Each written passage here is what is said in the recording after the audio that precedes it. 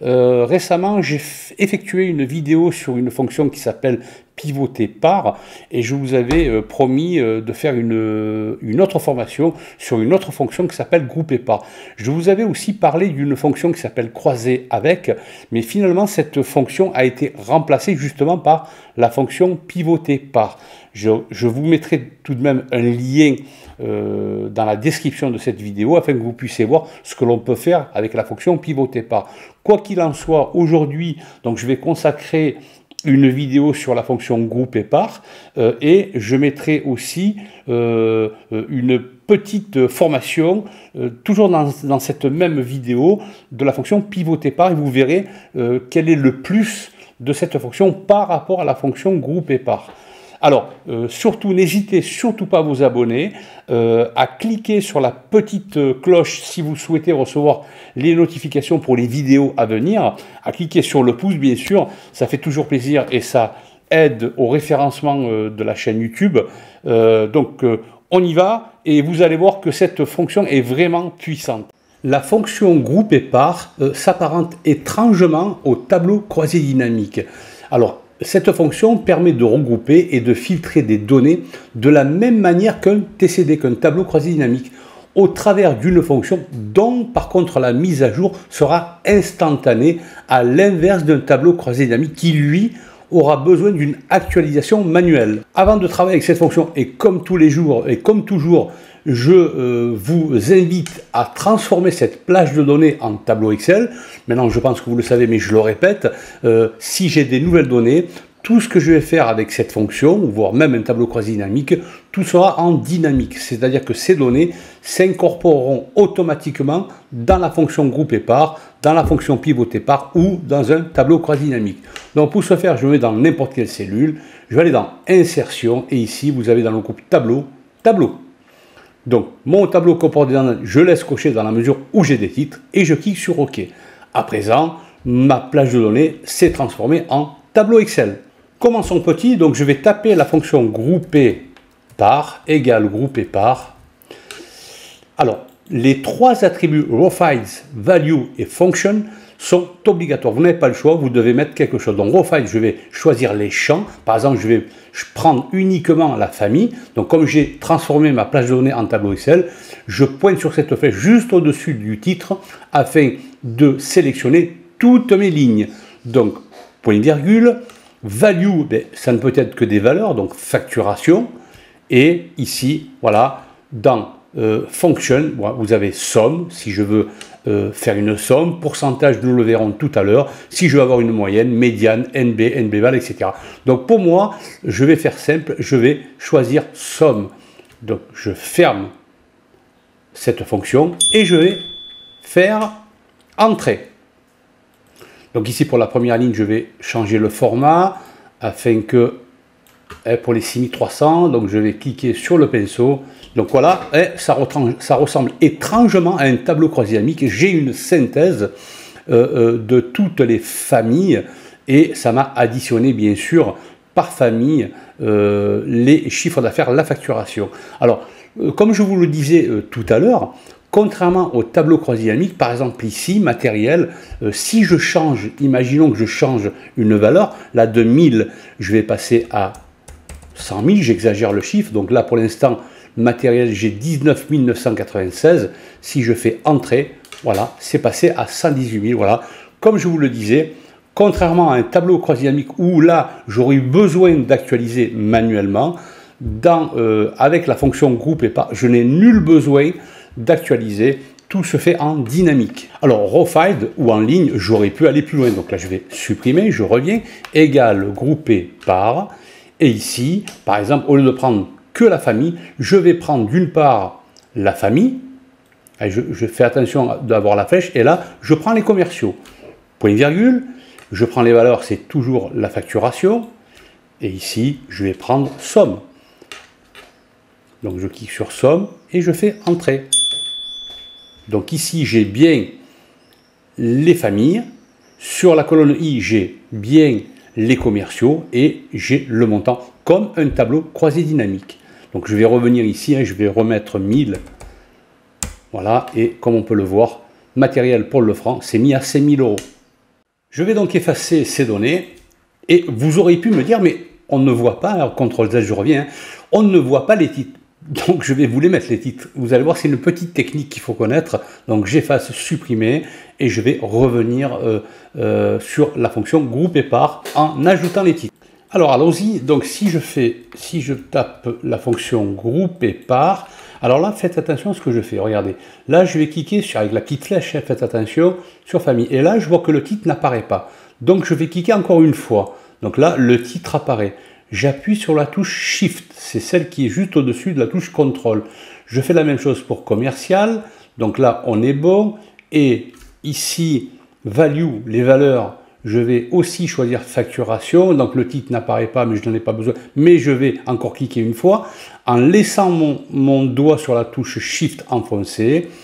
Ici, point virgule, je vais prendre la somme, et là, si je fais entrer, voyons ce qui se passe, je n'ai toujours pas les titres. Je vais vous expliquer pourquoi. Je reviens dans ma fonction en mettant en mode édition. Et ici, je viens après somme. Et je fais un point virgule pour aller à l'attribut suivant. Là, il s'appelle field header. Donc là, j'ai plusieurs options. Donc, je lis l'infobulle. Donc, je me mets ici. Les données de champ n'ont pas d'entête et les entêtes de champ ne doivent pas être affichées dans le résultat. Donc là, si je mets 0, je mets non ou rien. Si je mets 1, oui, mais ne pas affiché. 2, non, mais généré. 3, oui, affiché. Donc je vais choisir l'option 3 parce que je veux mes titres. Donc je fais entrer.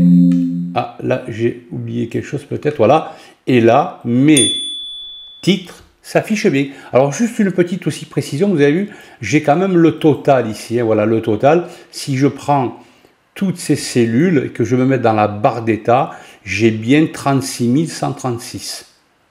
Alors en toute sincérité, donc moi je vais revenir ici, je vais enlever cette option et je fais entrer bien sûr. Donc là je n'ai plus les titres, mais sincèrement je préfère, éventuellement je vais mettre que famille et commercial, hein, faire un copier CTRL-C et CTRL-V pour les coller. Au moins là, les titres sont pour moi plus propres. Alors, autre option, donc je reviens dans ma formule, je fais F2 pour mettre en mode édition. Si je me mets après somme, donc nous avons dit que les titres, je n'en avais pas besoin puisque j'ai fait un copier-coller. Alors, point virgule, je vais passer cette étape, field header, donc voilà l'infobulle, et je vais aller à l'attribut suivant. Alors l'attribut suivant, c'est Total Treatment. Alors qu'est-ce qu'il me dit? Il me dit aucun total, totaux généraux, je mets le code 1, 2 total général et sous-totaux, moins 1 totaux généraux en haut, moins 2 grand et sous-totaux en haut. Tiens, si je prenais le code moins 2, je fais entrer, et voilà, j'ai les sous-totaux. Voilà, ici maintenance par exemple, vous voyez, j'ai 8840. Donc si je sélectionne maintenance où il y a à partir de 1200 jusqu'à 1640 et que je me mette dans la barre d'état, j'ai bien 1840. Donc j'ai toujours aussi le total général, mais entre famille de produits, j'ai des sous-totaux, si vous le souhaitez bien sûr. Oui, donc là je vais changer le format, je ne vois pas pourquoi, voilà, donc je vais mettre plutôt ici accueil, et là je vais mettre en milliers, j'enlève les décimales, éventuellement je n'en ai pas spécialement besoin.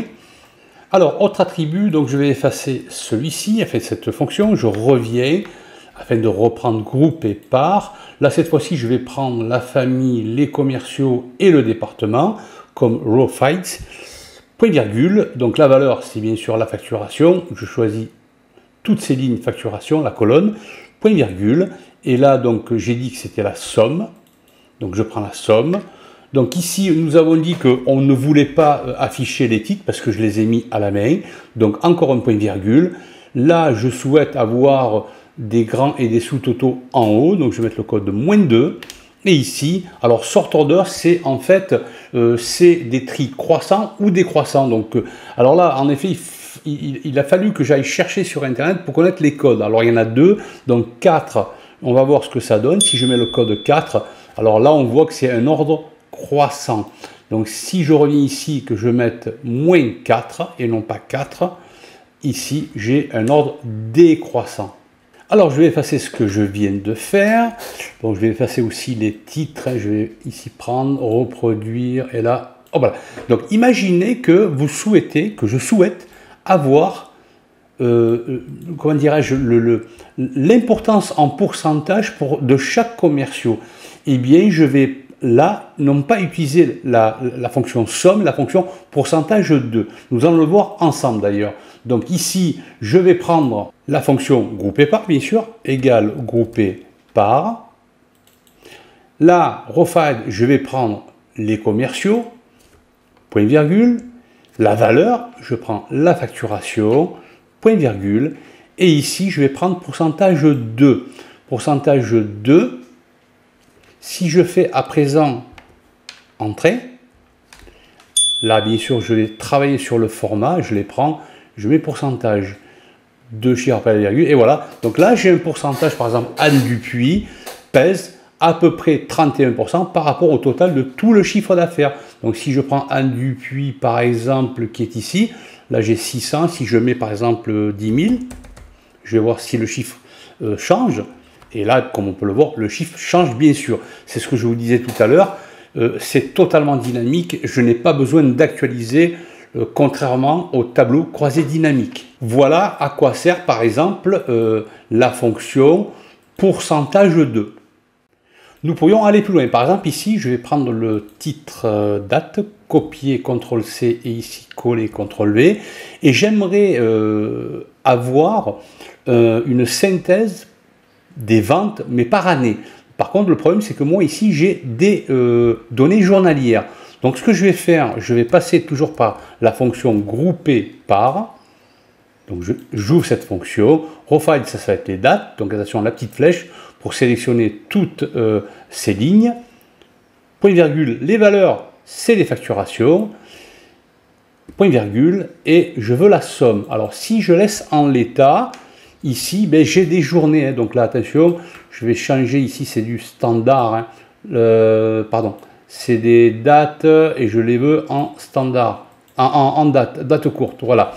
Donc, pour avoir les années, je vais revenir dans la fonction, ici, groupé par. Et là, pour l'attribut Rofide, les dates, le tableau de date, je vais précéder cette option par année.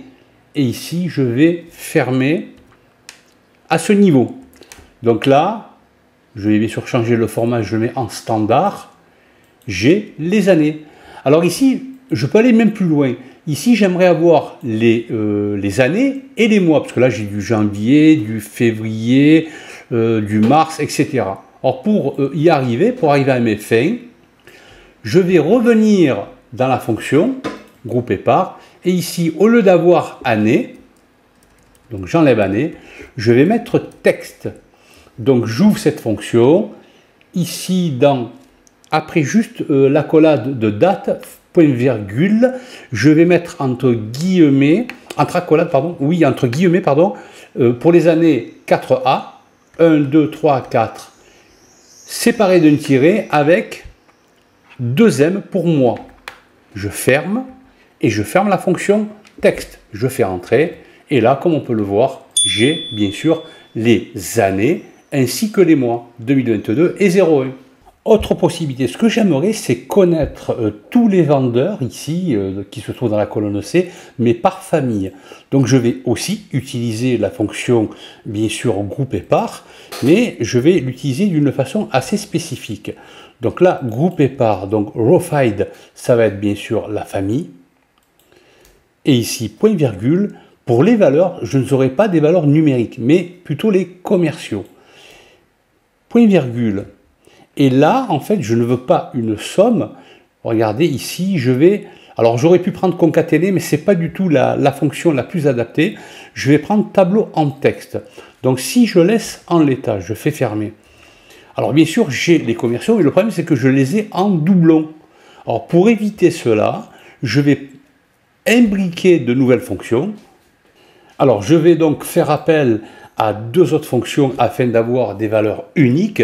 Donc, une fois que je me mets juste avant le tableau en texte, je vais faire appel à une fonction qui s'appelle lambda. Alors, pour celles et ceux qui ne la connaissent pas, je vous mettrai une vidéo en lien, un lien de la vidéo dans la description de cette dernière.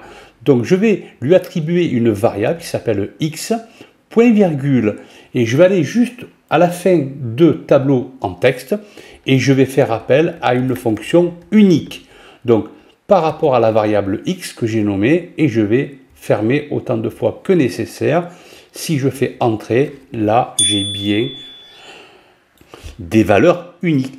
Bah, imaginons là par exemple j'ai Anne Dupuis, si je mets, ou là je prends n'importe quoi, je vais me mettre Naël, si je fais entrer, Naël, ici vous voyez, apparaît bien dans matériel. Voilà, donc toujours pareil, comme c'est dynamique, je n'ai pas besoin d'actualiser mon tableau. Alors je vais effacer cette fonction, celle-ci et celle-ci. Alors je vais terminer cette formation par la fonction pivoter par. Et vous allez voir à quoi réellement elle sert cette fonction. Je souhaiterais par exemple avoir ici en ligne les familles ainsi que les commerciaux. Et en colonne par contre j'aimerais avoir les années. Donc je vais pour cela passer par la fonction pivoter par.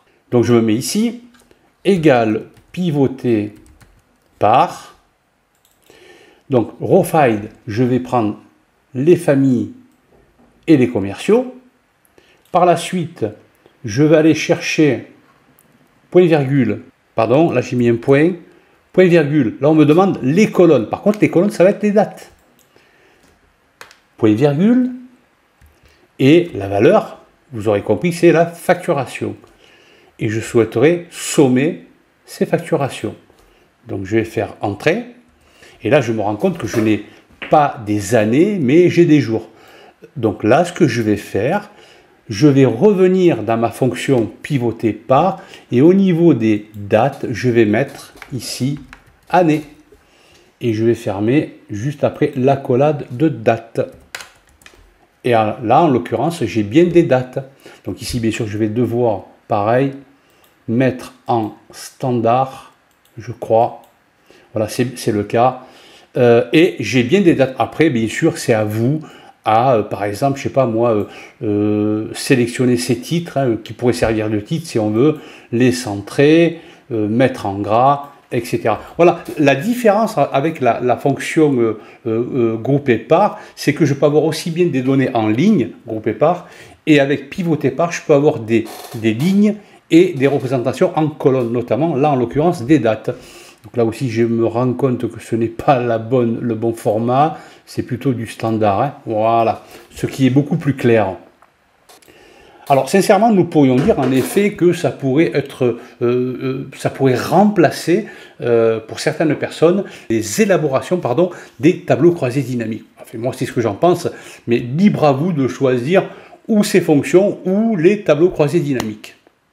J'espère que cette fonction vous aura plu, les deux en tout cas, grouper par et pivoter par. N'hésitez surtout pas à vous abonner, à cliquer sur la cloche pour que vous puissiez être averti des nouvelles vidéos à venir et à cliquer sur le pouce, c'est gratuit, ça fait plaisir et ça me permet de mieux référencer ma chaîne. Je vous dis à bientôt.